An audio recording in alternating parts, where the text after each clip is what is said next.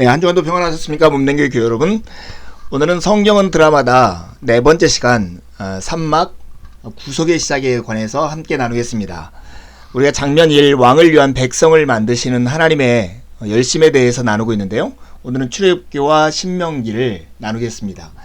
우리가 성경을 드라마로 읽고 있습니다. 1막은 하나님이 자신의 나라를 세우신 이야기, 2막은 그러나 반역이 일어난 이야기, 3막은 왕이 백성을 택하심으로 구속을 시작한 이야기, 그 다음에 4막은 구속의 성취로서 왕이신 그리스도의 오심에 대해서, 5막은 왕에 대한 소식이 전파되는 교회의 이야기와 6막은 왕의 귀한 구속의 완성, 이렇게 성경을 읽고 있습니다. 여러분, 우리가 읽고 있는 3막은 왕이 이스라엘을 택하심으로써 구속을 시작하는 이야기입니다. 하나님께서 선하게 창조하신 세상이 인간의 타락으로 말미암아 왜곡되었습니다. 그때 하나님께서는 저버려 두지 않으시고 이 땅을 다시 회복시키시려고 시도하시는데, 먼저는 왕을 위한 백성을 창조하시고 그 다음에는 백성을 위한 땅을 만들어 가십니다. 우리는 장면 1에서 왕을 위한 백성을 만들어 가시는 하나님의 열심을 나누는데, 우리는 지난주에 창세기, 이스라엘의 기원에 대해서 나눴고요. 오늘은 출애굽기와 레위기, 민수기, 신명기에 대해서 함께 살펴보려 합니다. 창세기와 신명기까지의 그 지리를 알면 조금 이해하기가 쉽습니다. 이것은 성경은 파노라마라고 하는 프로그램에서 가져온 건데요. 먼저는 갈대아 우르라는 지역으로부터 하나님께서 아브라함을 불러내어서 가나안 땅에 살게 하신 그 이야기로부터 창세기가 시작합니다. 그래서 창세기는 우르에서 하란을 거쳐서 이 가나안 팔레스타인 땅의 이야기가 나와 있습니다. 창세기 말미에는 요셉을 필두로 해서 이스라엘 백성들이 이집트 땅으로 옮겨가는 것을 우리가 살펴보았죠. 출애굽기는 어디일까요? 출애굽기는 이 이집트로부터, 출애굽이라고 하는 게 이집트로부터 나온다는 얘기니까요. 이집트로부터 이스라엘 백성이 나와서 시내산까지 머무는 이야기입니다. 레위기는 이 시내산에서 하나님의 율법을 받는 이야기가 나와 있고요.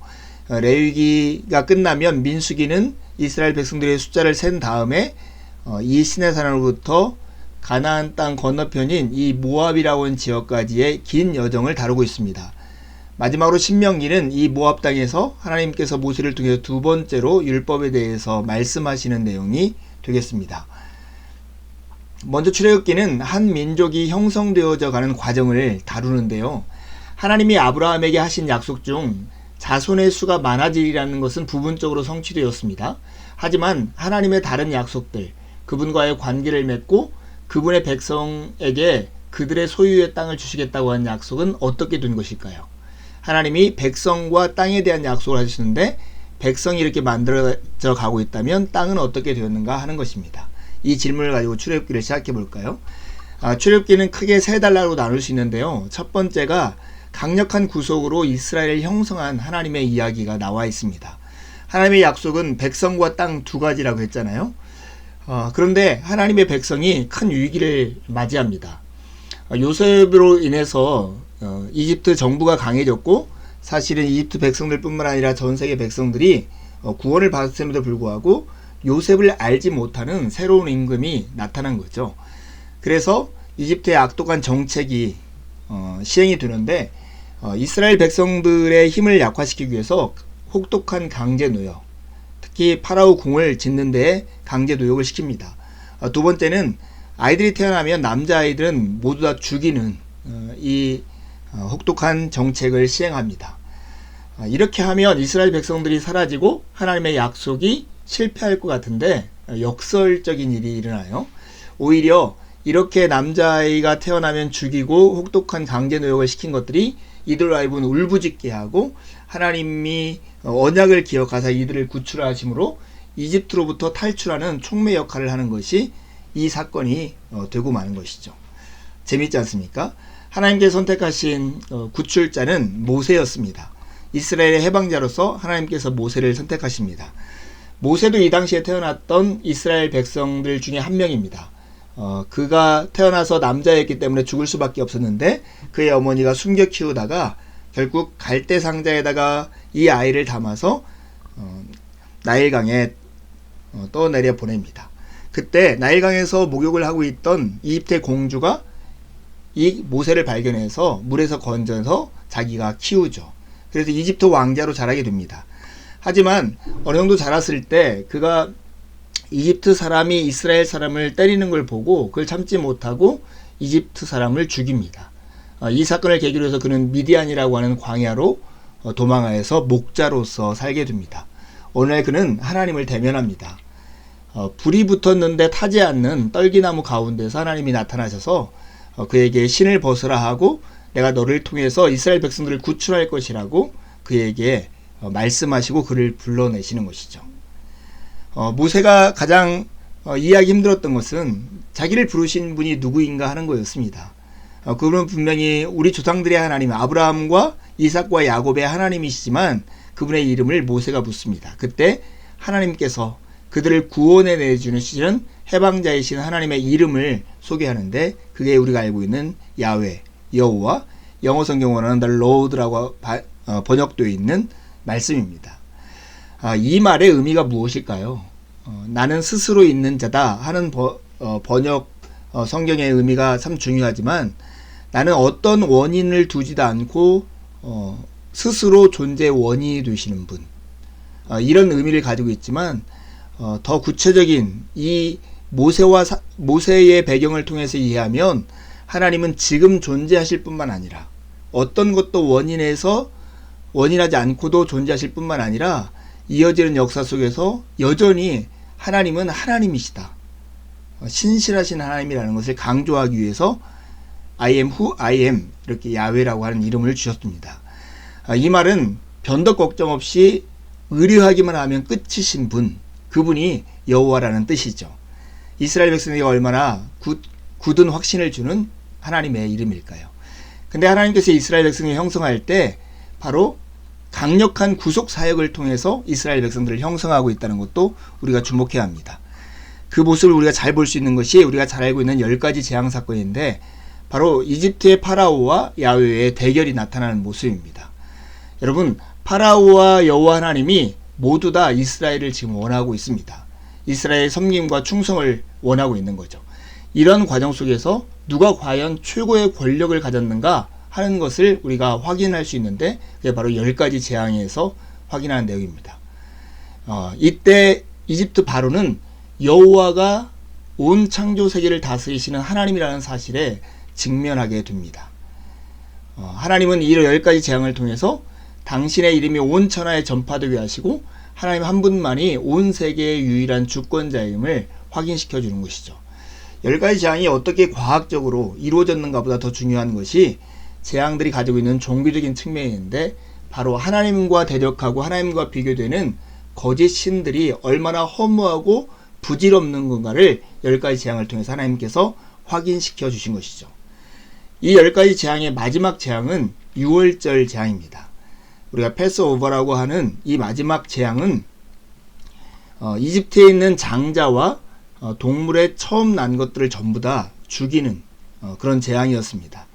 이때 특별한 구별이 나타나는데 이집트 사람에게 속해 있는 장자와 동물의 처음 난 것은 다 죽는데 이스라엘 사람들의 집에 하나님께서 명령하신 대로 짐승의 피를 잡아서 그 집의 문설주와 인방에다 바른 집은 죽음의 사자가 거기를 넘어간다 해서 패스오버가 된 것입니다. 이 사건을 통해서 우리는 하나님의 강력한 구원을 보는 거죠. 그래서 하나님의 이 강력한 구원을 통해서 이스라엘 백성들이 형성되었다는 의미에서 하나님은 이 6월달에 있었던 이 달을 그 해의 첫 달로 삼아서 기념하게 하셨습니다. 여러분, 우리가 주일날마다 만나서 예배를 드리는데 우리가 주일날 예배를 드리는 것도 의미가 있는 것입니다. 그 의미는 우리가 부활과 새 생명의 날을 기념하는 날이기 때문에 그렇습니다. 이렇게 10가지 재앙을 통해서 하나님의 강력한 구속사역을 통해서 구출한 이스라엘 백성들에 대해서 파라오는 포기하지 않고 군대를 보내서 추격합니다. 이스라엘의 탈출을 막으려는 마지막 필사적인 시도였죠. 하지만 하나님께서는 홍해를 가르시고 하나님의 통제 아래에 있던 바다의 움직임을 통해서 이스라엘 백성들은 구출하시지만 이집트 군대는 매몰되는 사건이 나타나는 것입니다. 이 강력한 구속 사역을 통해서 이스라엘을 형성하시는 하나님 속에서 우리가 발견하는 것이 무엇입니까? 하나님만이 참신이고 온 천지 창조를, 천지 질서를, 천지 세계를 다스리시는 유일한 분이심을 우리가 확인하는 것이죠.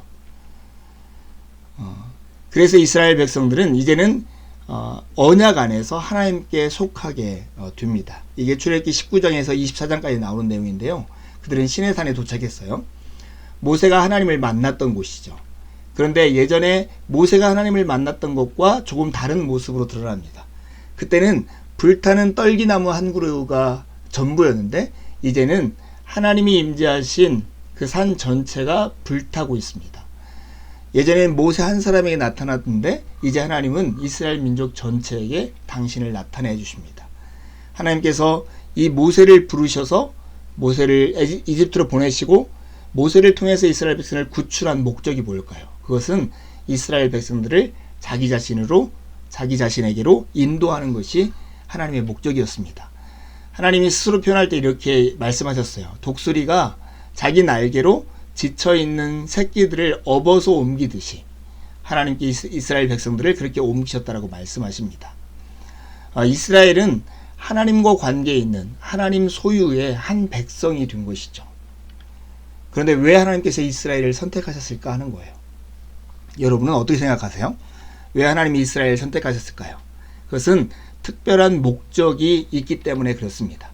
그것은 모든 민족을 섬기게 하기 위한 것이었는데요.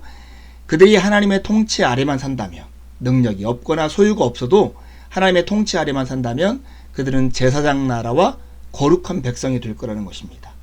거룩하다는 것은 구별되었다라고 하는 건데 세상의 신들을 섬기는 것과 다르게 하나님만을 섬기는 백성으로서 하나님의 은혜를 받아 이웃에게 흘려보내는 그런 제사장과 같은 나라가 되게 하시려는 목적으로 이스라엘을 선택한 것입니다. 그래서 이스라엘이 하나님의 통치 아래만 산다면 그들은 하나님이 지금 임재하고 있다는 것에 증거가 되는 것입니다. 그래서 하나님의 임재 안에서 그들은 샬롬, 즉 온전하고 풍요로운 인간의 삶을 누릴 수 있는, 그것을 통해서 하나님의 복이 무엇인가를 사람들에게 보게 해서 하나님께 나아오게 하는 하나님의 등대와 같은 것이 이스라엘 민족이었습니다. 만약에 그들이 하나님의 통치 아래 산다면 하나님의 언약이 그들 안에 성취되고 온전하고 풍요로운 인간의 삶을 통해서 하나님의 임재를 증거하는 민족이 되게 하는 것이죠. 그렇다면 이스라엘 민족이 뛰어나고 능력이 있었기 때문에 그들을 선택했을까요? 여러분이 하나님이라면 어떤 민족을 선택했을까요? 지질이 보잘것없고 능력 없고 가능성 없는 사람들을 선택해서 하나의 복주심으로 인해서 이러한 증거가 되어야만이 모든 사람에게 확실한 증거가 되지 않을까요? 이스라엘 백성들이 선택받은 이유는 그들이 강하기 때문이 아니라 오히려 약하기 때문이었습니다. 이스라엘의 소명은 참으로 분명했습니다. 그들은 모든 민족을 섬기기 위한 것이었고 그들을 부르신 하나님의 이 소명은 언약의 맥락 안에서 주어지고 있다는 것입니다. 그 당시에 가장 큰 제국이 히타이트 제국인데요.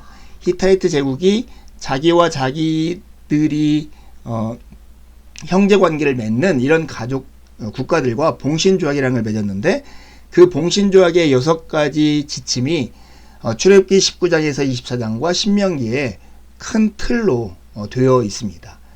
하나님은 10계명을 주시고 이것은 인간다운 삶의 열쇠였는데 이렇게 따라서 하나님의 통치 아래 살아가는 백성을 통해서 하나님이 모든 민족을 섬기게 하고 하나님의 임재 증거를 나타내려 했던 것이죠. 하나님께서 강력한 구원의 사역으로 이스라엘 백성들을 불러내시고 이스라엘 형성시킨 다음에 이스라엘의 언약 안에서 하나님께 속하게 되었다는 것입니다. 세 번째 출애굽기 25장의 40장은 하나님이 자기 백성과 거하시기 위해서 오셨다는 내용을 담고 있습니다. 가장 중요한 것이 성막이죠. 성막, 이것의 가장 핵심적인 요소는 하나님이 머무시는 장소입니다. 하나님께서 백성들을 통해서 필요한 성막을 지을 재료들을 가져오게 하셨고요. 하나님은 성소를 짓는 지침을 주고 계십니다. 성막에게 큰 배경은 3가지예요. 한 가지는 이 성막 자체는 하나님이 예전에 하나님과 이스라엘 백성들과의 관계가 깨어진 이후에 다시 이스라엘 백성들 안에 거하기 위해서 오셨다는 사실이에요. 두 번째는 이스라엘 백성들의 입장에서 보면 파라오를 섬기던 그들이 이제는 하나님을 예배하는 대상이 되었다는 것이고요. 세 번째는 금송아지 우상을 만든 반역 사건을 배경으로 하고 있습니다. 여러분, 모세가 율법을 받으러 산에 갔을 때 그들이 자기들을 인도할 사람이 없다는 것 때문에 어떻게 행동했습니까? 아론을 꼬드겨서 금송아지 우상을 만들었잖아요. 그 사건이 성막 이야기의 중간에 들어가 있습니다. 결국 이 성막이라고 하는 것은 하나님의 임재가 없이 살아갈 수 없는 백성들의 현실과, 그래서 그럼에도 불구하고 하나님이 그들과의 관계 가운데 그들 안에 거하시는 장치로서 주신 하나님의 놀랍고도 은혜로운 수단인 것이죠. 그래서 성막이라는 것은 하나님의 임재의 회복의 상징입니다. 성막에 계신 하나님이 우리에게 주는 메시지는 뭐냐면, 하나님이 이스라엘 백성들 가운데 영원히 임재하시는 분이라는 상징이고요. 하나님은 이 이스라엘 백성들이 이동할 때마다 늘 이 이동식 텐트 안에 거하시면서 늘 그들과 함께 여행하시는 분으로 우리가 확인할 수 있습니다. 그래서 이 성막이라는 것은 창조세계의 축소판 같다고도 말할 수 있어요. 우주적 회복의 노력이 시작되었다. 하나님께서 천지를 창조하셨을 때 그 모습을 우리를 회복하시려고 하는 하나님의 계획이 시작되었다는 것을 분명하게 볼 수 있는 것이고요. 전 세계에 임재하시려는 하나님의 뜻을 선포하는 내용이기도 합니다. 사실은 이 성막이 정말로 작습니다. 불과 지성소 같은 경우는 5m, 5m밖에 안 되는 작고 고독한 장소예요. 근데요, 그곳에 하나님이 머무시겠다는 거예요. 이것이 얼마나 놀라운 씨앗과 같은지 모르겠습니다. 새 창조가 시작되었고 무질서들 가운데 질서가 주어져 있고, 하나님은 이스라엘 안에 당신이 의도하신 세상의 질서를 만들고 계시다는 출발점인 것이죠. 출애굽기. 이렇게 출애굽기가 지나면 레위기로 넘어갑니다. 레위기는 거룩하신 하나님과 어떻게 함께 살아갈까 하는 거예요. 하나님이 이 백성들 가운데 거하시는 일은 쉽거나 간단하지 않습니다.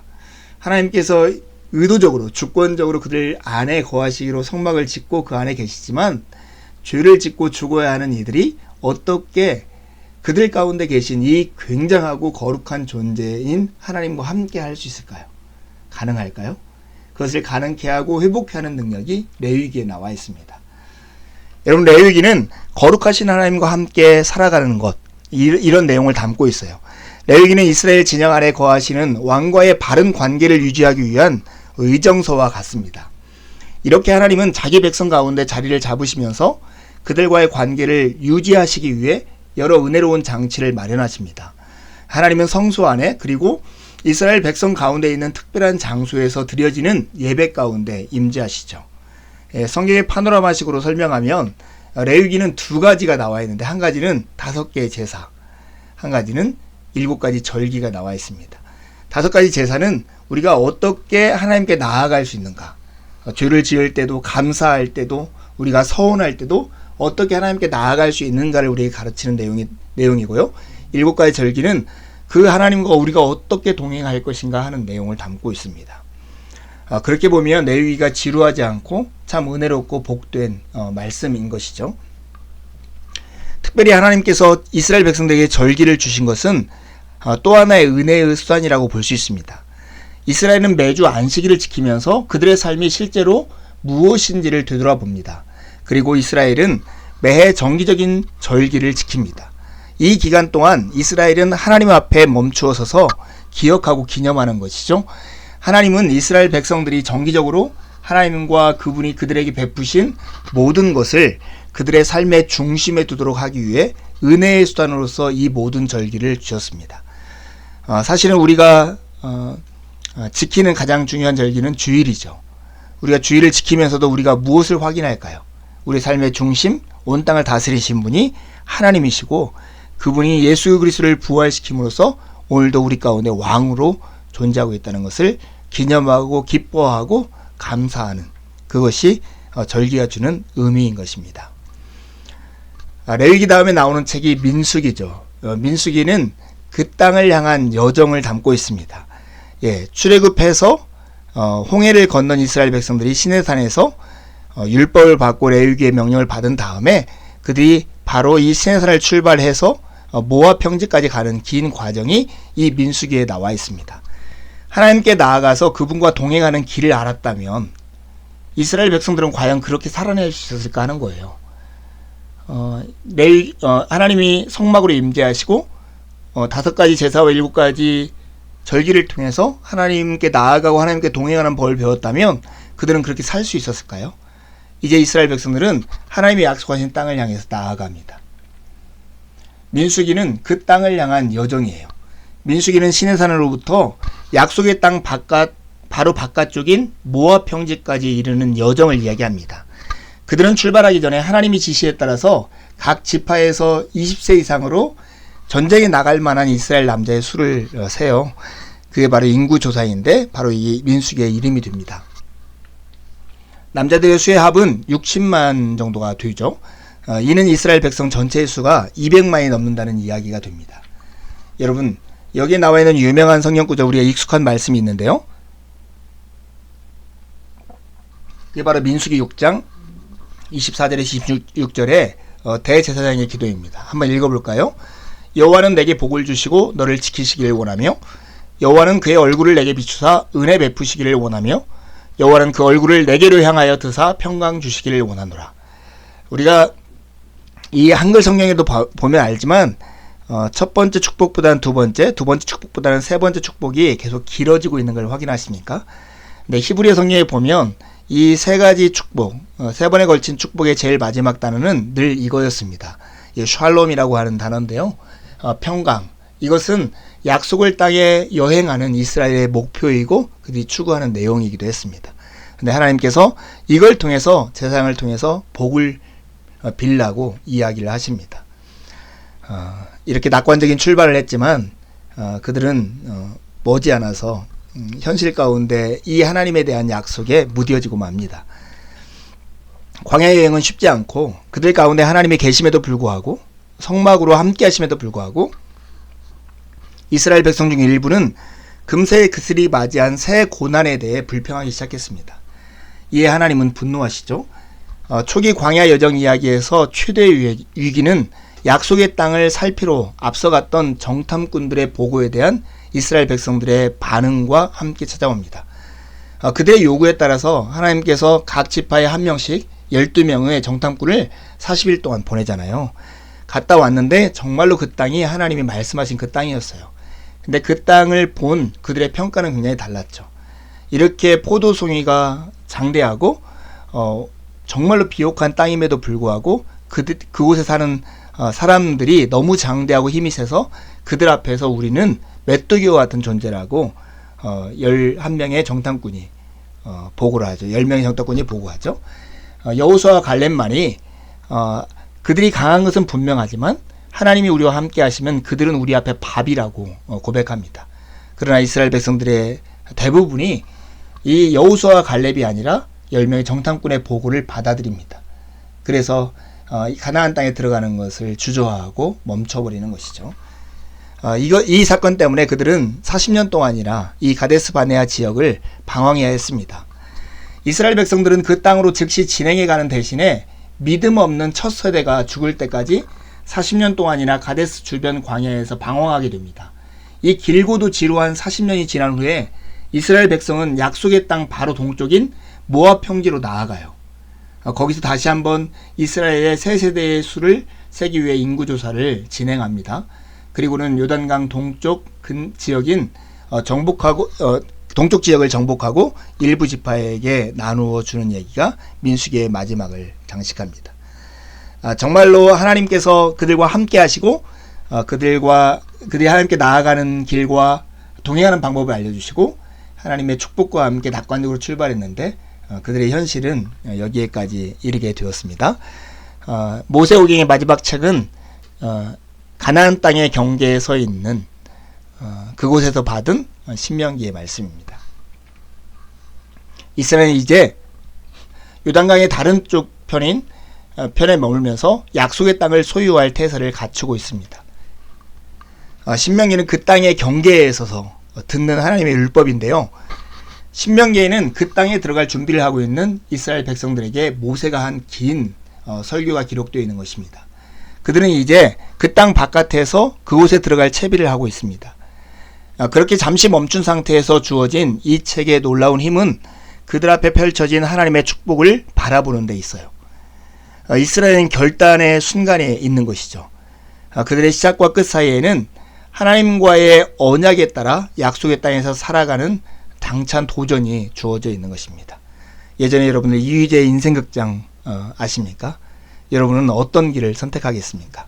여러분이 이스라엘 백성이라면요. 두 번째 율법, 두 개의 설교가 이 신명기에 담겨져 있는데요. 특별히 첫 번째 설교는 모세는 이스라엘이 시내산에서 출발한 이후 40년 동안의 최근 역사를 되돌아보고요. 이스라엘의 현재 세대에게 부모 세대의 경험으로부터 배워야 할 중요한 교훈들을 일깨워주는 얘기가 첫 번째 설교입니다. 두 번째 설교는 언약의 중심이 되는 율법의 세부 내용들을 다시 다루는데요. 앞으로 이스라엘이 그 땅에서 살아갈 삶과 관련해서 그것을 확장시켜서 설명합니다.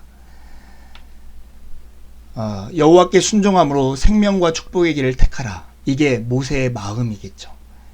왕이신 하나님께서 약속과 명령과 경고를 주셨을 때 그들은 믿음으로 순종할 수도 있고 불신앙으로 불순종할 수도 있는 것입니다.